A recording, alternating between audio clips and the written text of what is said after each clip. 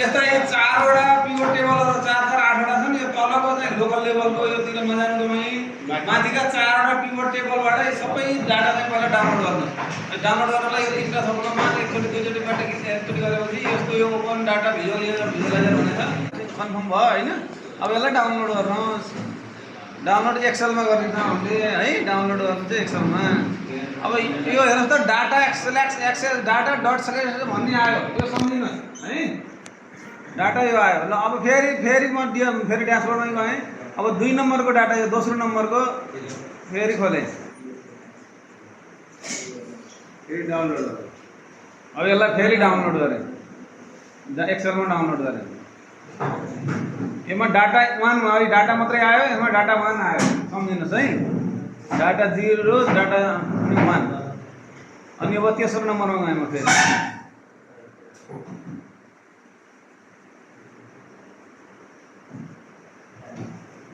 फेरि मैले डाउनलोड गरेँ। डाटा 2 भनेर आयो। अब फेरि म सुरुको यसमा गएँ। अब चौथो नम्बरको चाहिँ डाटा डाउनलोड गर्छु।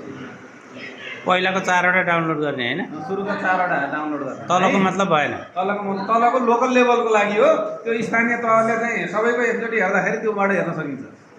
अब यो पनि डाउनलोड गरेँ मैले एक्सेलमा डाउनलोड गरेँ।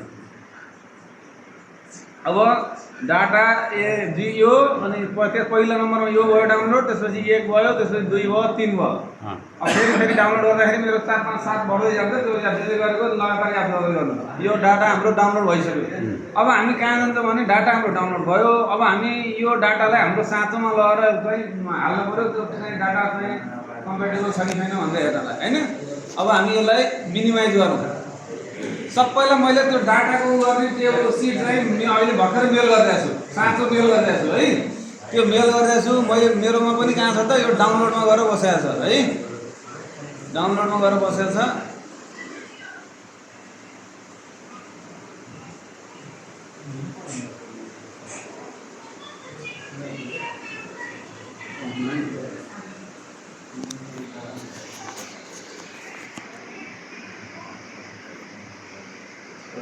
डाउनलोडमा गएर यो बसेको छ।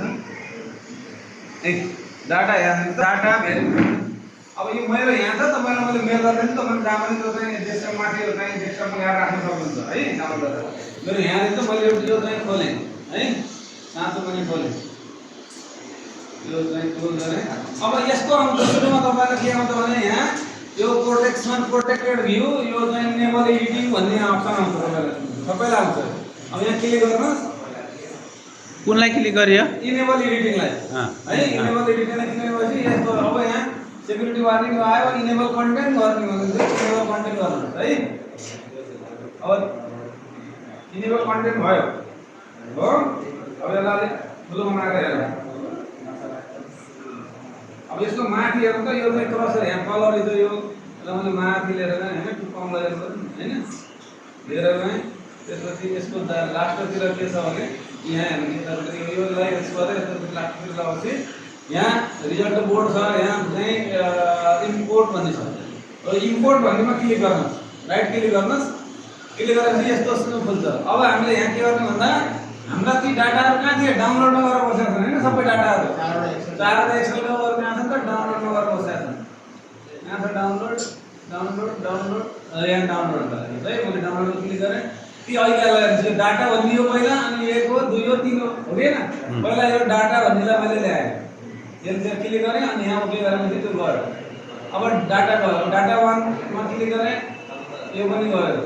अब डाटा 2 लाई क्लिक गरेँ। डाटा 2 यहाँ देखियो है। अनि यो डाटा गरेपछि डाटा पनि गयो। अब डाटा 3 लाई के नाम गरेँ।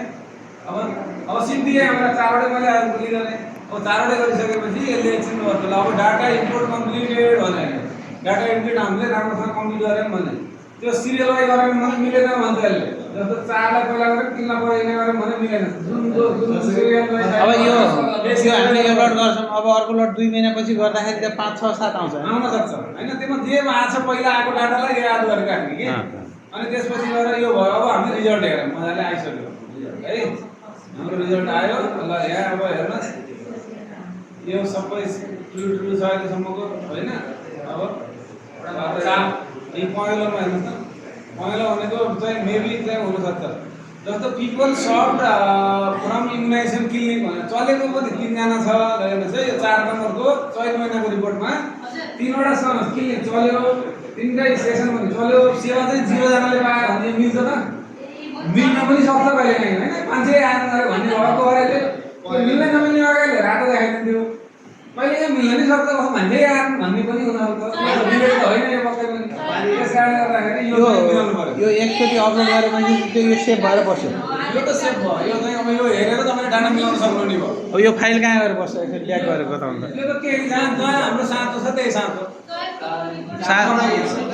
एकचोटि ल्याग गरिदिनु सबैले सजिलो अब यो पहेँलो पनि हेर्नु पर्यो रातो पहेँलोमा आएका जति सबै डाटाहरू हेर्ने यो त बुझ्यो यो सबै थाहा पाउनु भयो अब यो कहाँ छ भन्ने कुरा देखाउनु त यो भेरिफिकेसन टुमा भनेको मेल फिमेल मिलेन है उसमा चाहिँ जनरलमा हो कि एकमा जनरलमा सबै एडिटरमा मिलेन यसमा मेल फिमेल पनि छ फिमेल र मेलमा मिलेको भयो एकमा मिलेको कुरा पनि कहिलेकाहीँ दुईमा नमिल्न सक्छ किनभने मेलको फिमेल मेल भयो भने एकमा त संख्याको टर्म मिल्यो तर जेन्डर मिलेन भने दुईमा नमिलेको हुन्छ मेल चाहिँ दुईमा मिलाउनु पर्यो है दुईमा मिलाउनु पर्यो अब यसरी फल्छ नि यो हेर्ने अब यो कहाँ छ त्यो डाटालाई मैले मानौँ यो हटाइदिएँ यो पनि मैले हटाइदिएँ यो कहाँ छ त भन्दाखेरि मैले जहाँ चाहिँ पहिला त्यो राखेको थिएँ नि जर्नली मैले जहाँ राखेको थिएँ त्यही छ कहाँ छ भने डाउनलोडमा छ त्यो साँचो यो यही डाउनलोडमा होइन हुने हो डाउनलोडमा यो डाउनलोडमा पनि हुने त एकदम डाउनलोडमा हेर्नु त ए डाउनलोडमा कहाँ छ डाटा भेरिफिकेसन अब यसलाई तपाईँले यसलाई राइट क्लिक गरेर कपी गरेर मानौँ जहाँ पनि लगाउन सक्छ जाने है जस्तो मैले मानौँ डेस्कटपमा यहाँ राखेँ ल यहाँ राख्यो भने तपाईँ यहीँ हुन्छ यो तपाईँको कहाँ घर बसेर हेर्नुहोस् हो अब यसलाई सारेर यहाँ राख्नु ल यहाँ गएर बस्यो अब यो खोल्दाखेरि यो चाहिँ अर्कोचोटि डाटा भेरिफिकेसन नगरिसम्मको लागि यही नै भयो है अब अर्को महिना फेरि डाटा भेरिफिकेसन गर्न सक्नु नि भयो है अब यो खोलेँ मैले यही छ यो चाहिँ क्लोज अनि इनेबल एडिटिङ यो चाहिँ गरिराख्नुपर्छ है